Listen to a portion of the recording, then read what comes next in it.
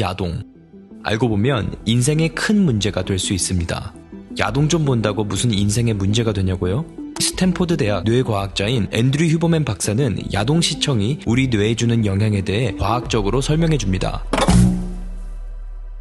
먼저 말씀드리고 싶은 건 야동을 보는 것이 무조건적으로 나쁘다는 말은 아닙니다. 개인이 믿는 신념에 따라서, 종교에 따라서, 나이에 따라서, 그리고 가치관에 따라서 전부 다른 관점을 가질 수 있다는 사실을 인정합니다. 하지만 야동을 보는 것이 우리 뇌에 어떤 영향을 주는지는 정확히 알고 있어야 해요. 우리의 뇌는 배우고 예측하는 학습 기계입니다. 다른 사람들의 성관계를 보면서 우리의 뇌가 흥분하는 것을 배운다면 이렇게 학습한 것이 실제로 관계를 가질 때 도움이 될까요? 절대 그렇지 않습니다. 특히 어린아이들이 야동에 많이 노출되면 뇌는 내가 아닌 타인의 성적 흥분 상황을 학습해서 미래에 만날 실제 파트너와의 성관계에 있어 큰 어려움을 만들게 됩니다. 앤드류 휴버맨 박사는 심리학자나 정치학자가 아닙니다. 그래서 그는 이 문제를 생물학적인 시각으로 바라보고 있습니다. 단순히 야동이 자극제로서 좋거나 나쁘다고 말하는 게 아니에요. 진짜 문제는 야동을 시청하는 것이 극단적인 형태에서 너무나 강력한 자극제가 될 수 있다는 사실입니다. 그리고 어떠한 종류의 자극제도 그것에 너무 많이 또 너무 자주 노출되거나 과도하게 사용된다면 문제가 될 수 있어요. 과도하게 자극적인 음식, 과도하게 많은 야동 시청, 과도한 경험 모두 마찬가지입니다. 미친 듯이 매운 엽기 떡볶이를 매일 먹고 번지점프와 같은 익스트림한 활동을 매일 한다고 생각해보세요. 이런 강력한 자극제들은 계속해서 도파민 분비를 촉진하는데요. 도파민 분비가 크면 클수록 그 이후엔 더 큰 도파민 하락이 발생하게 됩니다. 여러분 잘 들어보세요. 여기서 정말 중요한 포인트는 이때의 도파민 하락은 단순히 일시적인 것이 아니라 분비가 시작되기 전보다 훨씬 더 낮아지게 된다는 사실입니다. 이게 무슨 말이냐면요. 예를 들어 야동을 보기 전 도파민 레벨이 0이었다면 야동을 본 후에는 도파민 레벨이 10까지 올랐다가 레벨이 하락할 때는 다시 0으로 떨어지는 것이 아닌 마이너스 20까지 내려갈 수 있다는 걸 의미합니다.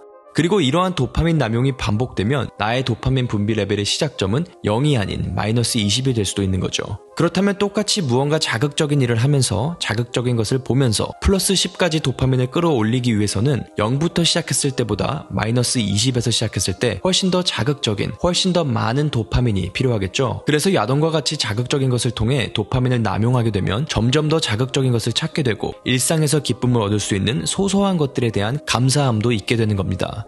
이게 바로 도파민 남용의 위험성이자 야동 시청이 우리 뇌에 미치는 치명적인 영향입니다.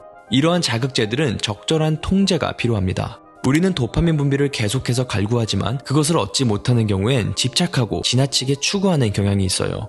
늘 야동을 보면서 스트레스를 풀어온 사람에게 야동을 보지 못하게 한다면 어떻게 될까요? 단순히 욕구를 해결하지 못하게 되는 것을 떠나 도파민을 얻지 못하는 결과를 가져오기 때문에 계속해서 야동을 검색하고 더 자극적인 야동을 시청하려고 할 겁니다. 자극적인 것을 계속해서 추구하는 것은 야동뿐만이 아닙니다. 틱톡이나 유튜브를 한번 보기 시작하면 휴대폰을 쉽게 놓지 못하게 되죠. 이런 것도 역시 지나친 도파민 갈구에서 오는 겁니다. 그래서 일상에 지장을 주지 않고 마음이 편안한 삶을 살고자 한다면 반드시 적당한 휴식을 취하고 시스템을 재설정할 수 있는 기회를 가져야 해요. 그런데 시스템을 재설정하기 전에 우리는 도파민 시스템이 왜 있는지, 도파민이 어떤 역할을 하는지에 대해 먼저 이해해야 합니다. 도파민은 무언가를 추구하고 얻기 위한 동기부여를 위해 필요한 겁니다. 수십만 년 전부터 존재했던 인간이 계속해서 발전할 수 있었던 이유도 도파민의 역할에 충실했기 때문인데요. 사실 인간은 오랜 시간 동안 도파민 시스템이 어떻게 작동하는지 그 원리에 대해서는 이해하지 못했지만 인간의 본능에는 충실했기 때문에 계속해서 발전할 수 있었던 겁니다. 인간은 사냥감을 사냥해서 먹고 에너지를 얻어 무언가를 더 얻으려 추구하거나 번식을 위해 이 에너지를 사용해왔습니다. 인간과 동물들이 번식을 추구하는 이유는 모든 종에 내재된 본능적인 욕구가 있기 때문이죠. 바로 자신의 종을 보호하고 더 많은 후손을 얻기 위한 욕구입니다. 인간이나 동물이 배가 고프거나 목이 마를 때의 모습을 상상해보세요.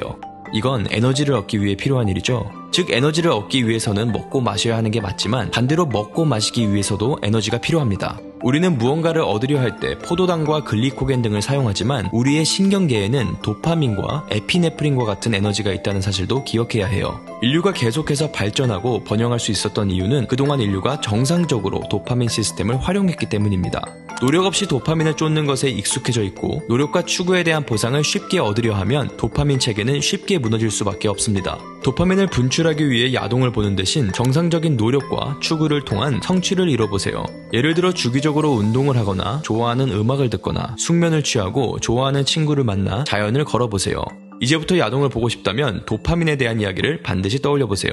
앤드류 휴버맨 박사가 설명하는 15초 안에 잠에서 깨는 꿀팁이 궁금하신 분들은 다음 영상을 시청해주세요.